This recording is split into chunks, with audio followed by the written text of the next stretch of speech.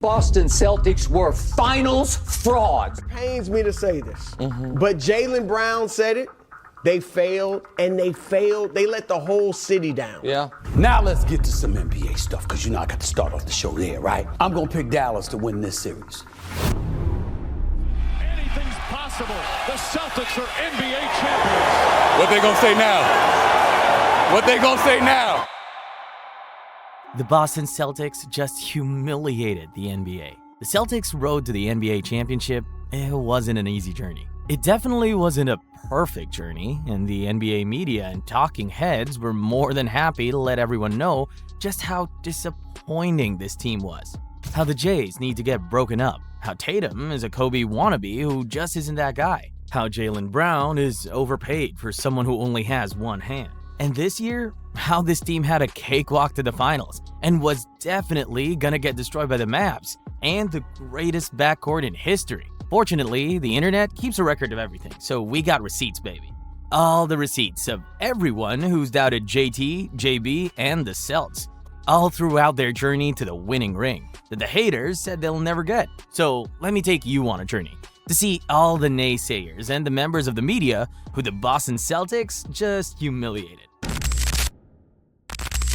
Meanwhile, the Mavs come into these finals, we can show you, having played one of the hardest paths by how many wins the other team has in NBA history. Every team they played won at least 50 games.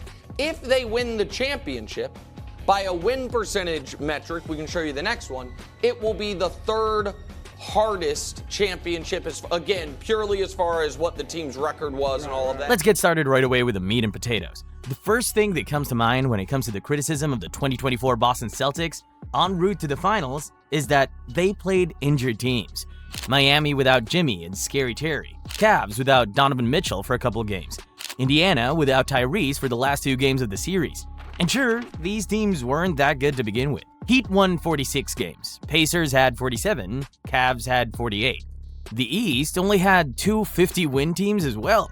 Dallas, meanwhile, went into the playoffs as the 5th seed, faced the Clippers with 51 wins, the Thunder with 57 wins, and the Wolves with 56 wins. Yes, sure, Nick Wright in particular gives some solid evidence for this point. The problem is, the point isn't good.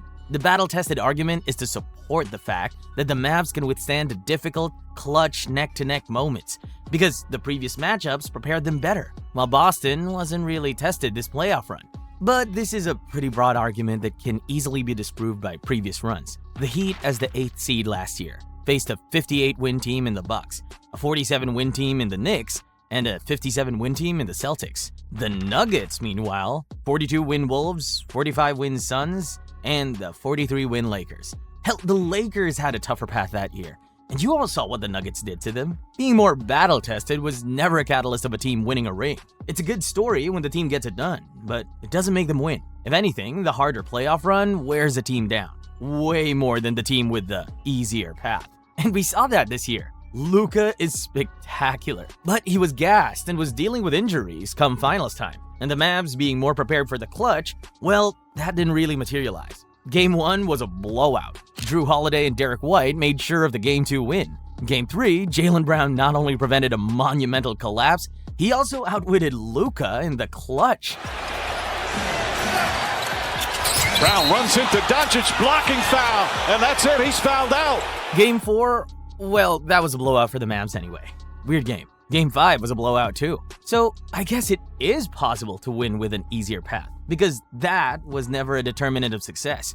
What's more of a determinant is the quality of the players and the team itself. So let's see what the media's talking heads have to say. Now, after seeing last night, it's an easy choice for me. There you go. Dallas. There you go. Like, I think they have the best player in the series. By a lot. So this is one of the points that was being used all the time.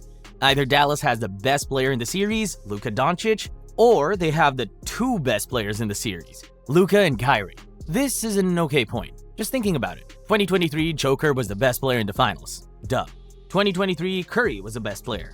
Dub. 2021, Giannis was the best player. Dub. 2020, LeBron. Dub. 2019, arguably between Kawhi and Steph. But see, they also had the better teams around them, for one reason or another. The Nuggets were much deeper than the Heat. The Warriors were more experienced than the Celtics. The Lakers were better constructed and were huge. There's just so much more to it than having the best player, or even the best two players in a series.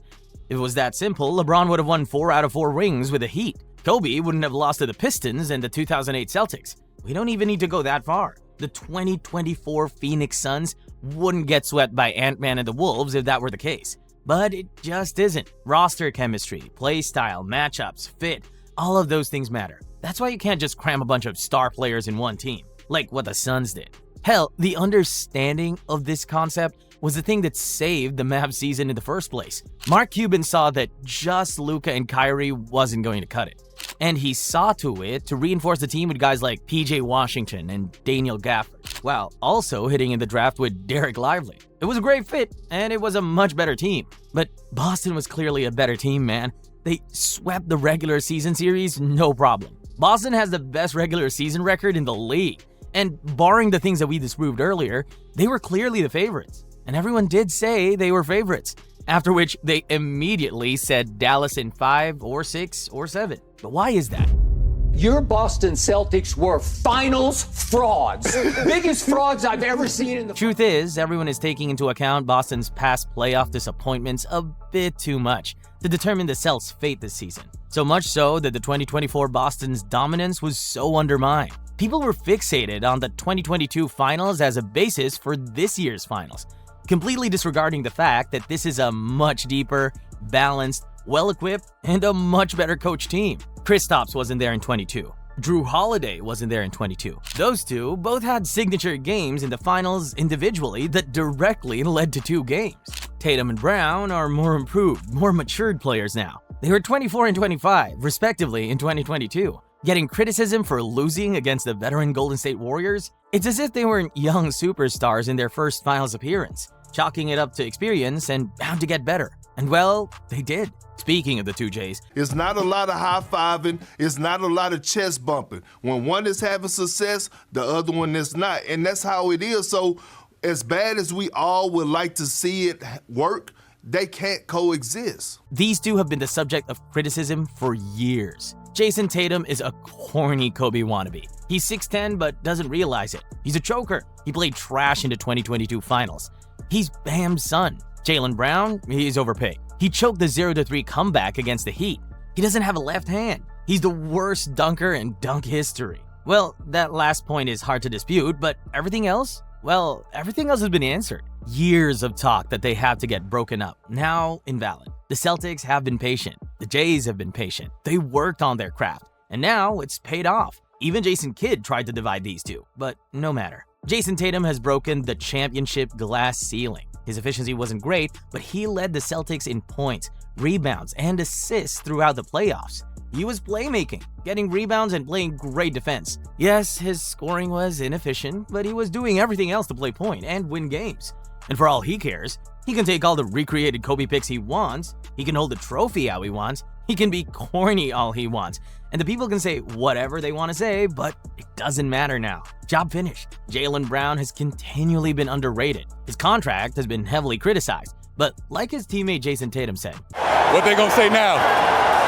What they gonna say now? Eastern Conference MVP, Finals MVP, and NBA champion. I bet nobody's talking about his left hand now. Now, here we are. Banner 18, done. Boston is the winningest franchise in NBA history once again. But after all the criticism, all the abuse from the media, all the attempts to break up the 2Js and winning so dominantly anyway, man, this must feel like the sweetest ring yet. Why? Because the Celtics just humiliated the NBA on top of it.